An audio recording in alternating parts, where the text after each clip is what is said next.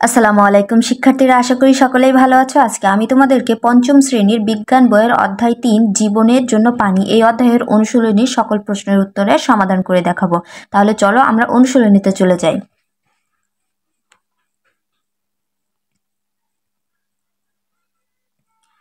দেখো, চলে এলাম অধ্যায় 3-এর অনুশীলনী। পেজ নাম্বার হচ্ছে 24। প্রথমে কি আছে? নাম্বার 1, সঠিক উত্তরে টিক চিহ্ন দিই। উদ্ভিদের পুষ্টি শোষণের জন্য কোনটি প্রয়োজন? সঠিক উত্তর হবে ক, পানি। 2, কোনটি পানি দূষণের কারণ? সঠিক উত্তর হবে ঘ, নর্দমার বর্জ্য। 3, পানিতে মিশে থাকা বালি, কাদা ইত্যাদি সরানোর প্রক্রিয়াকে কি বলে? সঠিক উত্তর হবে খ, থিতানো। এবার নাম্বার 2 আছে সংক্ষিপ্ত প্রশ্ন। 1, পানিচক্র কি?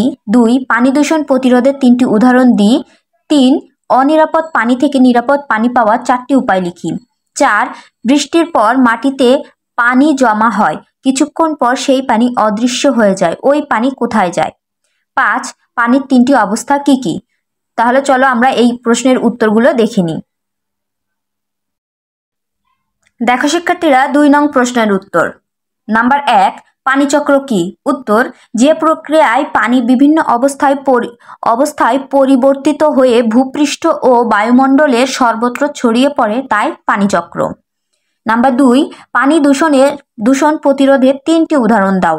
উত্তর, পানি দূষণ প্রতিরোধের 3টি উদাহরণ হলো: 1, কৃষিতে কীটনাশক এবং রাসায়নিক সারের ব্যবহার কমানো। 2, রান্নাঘরের নিষ্কাশন নালায় ও টয়লেটে রাসায়নিক বর্জ্য এবং তেল না ফেলা। 3, পুকুর, নদী, হ্রদ কিভাবে সাগরে ময়লা আবর্জনা না ফেলা আমি আবার পড়ে নাম্বার 3, অনিরাপদ পানি থেকে নিরাপদ পানি পাওয়া 4টি উপায় লিখো। উত্তর, অনিরাপদ পানি থেকে নিরাপদ পানি পাওয়া 4টি উপায় হলো: 1, ছাঁকন, 2, থিতানো, 3, ফোটানো ও 4, রাসায়নিক প্রক্রিয়ায় বিশুদ্ধকরণ। নাম্বার 4, বৃষ্টির পর মাটিতে পানি জমা হয়, কিছুক্ষণ পর সেই পানি অদৃশ্য হয়ে যায়, ওই পানি কোথায় যায়? উত্তর, বৃষ্টির পর পানি সাধারণত মাটিতে শোষিত হয় অথবা গড়িয়ে নদীতে পড়ে মাটিতে শোষিত পানি ভূগর্ভস্থ পানি হিসেবে জমা হয়। নাম্বার 5, পানির 3টি অবস্থা কি কি? উত্তর, পানির 3টি অবস্থা হলো: 1, বরফ, 2, পানি ও 3, জলীয় বাষ্প। চলো আমি আবার তোমাদেরকে সংক্ষিপ্ত প্রশ্নের উত্তরগুলো পড়ে শোনাচ্ছি। নাম্বার 1, পানিচক্র কি? যে প্রক্রিয়ায় পানি বিভিন্ন অবস্থায় পরিবর্তিত হয়ে ভূপৃষ্ঠ ও বায়ুমণ্ডলের সর্বত্র ছড়িয়ে পড়ে তাই পানিচক্র। 2, পানি দূষণ প্রতিরোধের 3টি উদাহরণ দাও। উত্তর, পানি দূষণ প্রতিরোধের 3টি উদাহরণ হলো: 1, কৃষিতে কীটনাশক ও রাসায়নিক সারের ব্যবহার কমানো। 2, রান্নাঘরের নিষ্কাশন নালায় ও টয়লেটে রাসায়নিক বর্জ্য এবং তেল না ফেলা। 3, পুকুর, নদী, হ্রদ কিংবা সাগরে ময়লা আবর্জনা না ফেলা। নাম্বার 3, অনিরাপদ পানি থেকে নিরাপদ পানি পাওয়ার 4টি উপায় লিখো। উত্তর, অনিরাপদ পানি থেকে নিরাপদ পানি পাওয়ার 4টি উপায় হলো: 1, ছাঁকন, 2, থিতানো, 3, ফোটানো ও 4, রাসায়নিক প্রক্রিয়ার বিশুদ্ধকরণ। নাম্বার 4, বৃষ্টির পর মাটিতে পানি জমা হয়, কিছুক্ষণ পর সেই পানি অদৃশ্য হয়ে যায়, ওই পানি কোথায় যায়? বৃষ্টির পর পানি সাধারণত মাটিতে শোষিত হয় অথবা গড়িয়ে নদীতে পড়ে, এখানে দাঁড়ি হবে।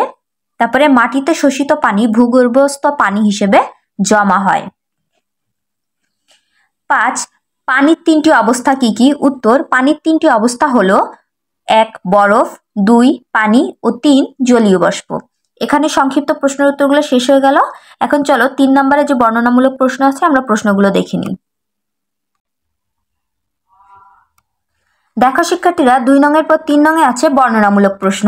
1, বরফ সহ পানির গ্লাসের বাইরের পৃষ্ঠ কেন ভিজে যায় তা ব্যাখ্যা করি। 2, পানিচক্র ব্যাখ্যা করো। 3, জীবের কেন পানি প্রয়োজন। 4, বাতাসে পানি আছে তা আমরা কিভাবে ব্যাখ্যা করতে পারি। 5, পুকুরের পানি থেকে আমরা কিভাবে নিরাপদ পানি পেতে পারি। 6, ঠান্ডা পানির গ্লাসের গায়ে লেগে থাকা পানির কণা এবং শিশির কেন একই রকম। তাহলে চলো এই প্রশ্নের উত্তরগুলো আমরা দেখে নিই। যায় তা ব্যাখ্যা করো। উত্তর, গ্লাসে বরফ রাখলে গ্লাসটি ঠান্ডা হয়, এতে গ্লাসের বাইরের জলীয় বাষ্প ঠান্ডা হয়, ফলে জলীয় বাষ্প পানিতে পরিণত হয়। এভাবে জলীয় বাষ্প গ্লাসের গায়ে পানি হিসেবে জমা হয়, ফলে বরফসহ পানির গ্লাসের বাইরের পৃষ্ঠ ভিজে যায়। আমি আবার পড়ে শোনাচ্ছি। 1. বরফসহ পানির গ্লাসের বাইরের পৃষ্ঠ কেন ভিজে যায় তা ব্যাখ্যা করো। উত্তর, গ্লাসে বরফ রাখলে গ্লাসটি ঠান্ডা হয়, এতে গ্লাসের বাইরের জলীয় বাষ্প ঠান্ডা হয়, ফলে জলীয় বাষ্প পানিতে পরিণত হয়। এভাবে জলীয় বাষ্প গ্লাসের গায়ে পানি হিসেবে জমা হয়, ফলে বরফসহ পানির গ্লাসের বাইরের পৃষ্ঠ ভিজে যায়। প্রশ্ন নাম্বার 2, পানিচক্র ব্যাখ্যা করো। উত্তর, যে প্রক্রিয়ায় পানি বিভিন্ন অবস্থায় পরিবর্তিত হয়ে ভূপৃষ্ঠ ও বায়ুমণ্ডলের সর্বত্র ছড়িয়ে পড়ে তাই পানিচক্র। এই চক্রের মাধ্যমে সর্বদাই পানির অবস্থার পরিবর্তন ঘটেছে। সাগর ও নদীর পানি বাষ্পীভূত হয়ে জলীয় বাষ্পে পরিণত হয়। জলীয় বাষ্প উপরে উঠে ঠান্ডা ও ঘনীভূত হয়ে পানির বিন্দুতে পরিণত হয়। ক্ষুদ্র ক্ষুদ্র পানির অসংখ্য বিন্দু মেঘ সৃষ্টি করে। এই মেঘের পানি কণা বড় হয়ে বৃষ্টিপাত হিসেবে আবার ভূপৃষ্ঠে ফিরে আসে। বৃষ্টির পানি সাধারণত মাটিতে শোষিত হয় অথবা গড়িয়ে নদীতে পড়ে। মাটিতে শোষিত পানি ভূগর্ভস্থ পানি হিসেবে জমা থাকে, আর নদীতে গড়িয়ে পড়া পানি সমুদ্রে প্রবাহিত হয় এবং বাষ্পীভূত হয়ে আবার বায়ুতে ফিরে যায়। এখানে দেখো, এই চিত্রটা তোমরা হাতে এঁকে দিবে। এটা হলো পানিচক্র। আমি আবার পড়ে শোনাচ্ছি। পানিচক্র ব্যাখ্যা করো। উত্তর, যে প্রক্রিয়ায় পানি বিভিন্ন অবস্থায় পরিবর্তিত হয়ে ভূপৃষ্ঠ ও বায়ুমণ্ডলের সর্বত্র ছড়িয়ে পড়ে তাই পানিচক্র। এই চক্রের মাধ্যমে সর্বদাই পানির অবস্থার পরিবর্তন ঘটেছে। সাগর ও নদীর পানি বাষ্পীভূত হয়ে জলীয় বাষ্পে পরিণত হয়। জলীয় বাষ্প উপরে উঠে ঠান্ডা ও ঘনীভূত হয়ে পানির বিন্দুতে পরিণত হয়। ক্ষুদ্র ক্ষুদ্র পানির অসংখ্য বিন্দু মেঘ সৃষ্টি করে। এই মেঘের পানিকণা বড় হয়ে বৃষ্টিপাত হিসেবে আবার ভূপৃষ্ঠে ফিরে আসে। বৃষ্টির পানি সাধারণত মাটিতে শোষিত হয় অথবা গড়িয়ে নদীতে পড়ে। মাটিতে শোষিত পানি ভূগর্ভস্থ পানি হিসেবে জমা থাকে, আর নদীতে গড়িয়ে পড়া পানি সমুদ্রে প্রবাহিত হয় এবং বাষ্পীভূত হয়ে আবার বায়ুতে ফিরে যায়। দেখো, পানিচক্রটা দেখলেই তোমরা বুঝতে পারবে। এখানে নদীতে পানি আছে, সেটা বাষ্পীভূত হয়ে ঘনীভবন মানে মেঘ তৈরি করেছে। এবার মেঘ থেকে দেখো এখানে বৃষ্টি হচ্ছে, বৃষ্টি হয়ে আবার সেটা আমাদের ভূপৃষ্ঠে পানিটা ফিরে আসছে। এটার নাম হচ্ছে পানিচক্র। প্রশ্ন নাম্বার 3, জীবের কেন পানি প্রয়োজন? উত্তর, জীব তথা উদ্ভিদ ও প্রাণীর জন্য পানি অত্যন্ত প্রয়োজনীয়। উদ্ভিদের জন্য পানি প্রয়োজন কারণ 1, উদ্ভিদ খাদ্য তৈরিতে পানি ব্যবহার করে। 2, পানির মাধ্যমে উদ্ভিদ মাটি থেকে পুষ্টি উপাদান শোষণ করে। 3, প্রচণ্ড গরমে পানি উদ্ভিদের দেহকে শীতল রাখে। প্রাণীর জন্য পানি প্রয়োজন কারণ 1, পানি দেহের বিভিন্ন অংশে পুষ্টি উপাদান পরিবহনে সাহায্য করে। 2, পানি খাদ্য পরিপাকে সাহায্য করে। 3, পানি দেহের তাপমাত্রাকে স্বাভাবিক রাখতে সাহায্য করে। আমি আবার পড়ে শোনাচ্ছি। 3, জীবের কেন পানি প্রয়োজন?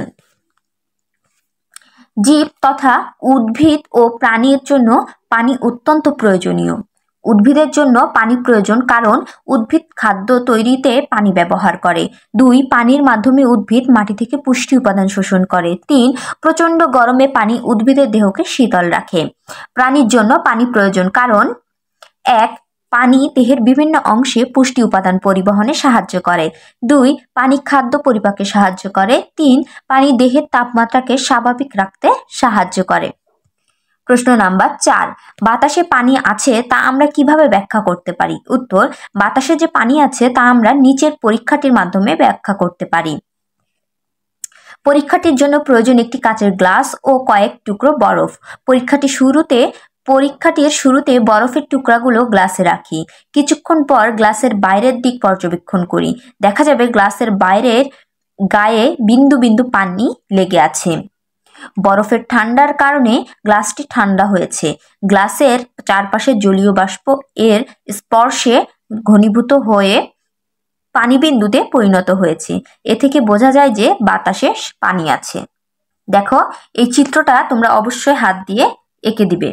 পানির ফোঁটা, এই যে এখানে দেখো বরফ রেখেছে আর বাইরে পানির ফোঁটা জমেছে।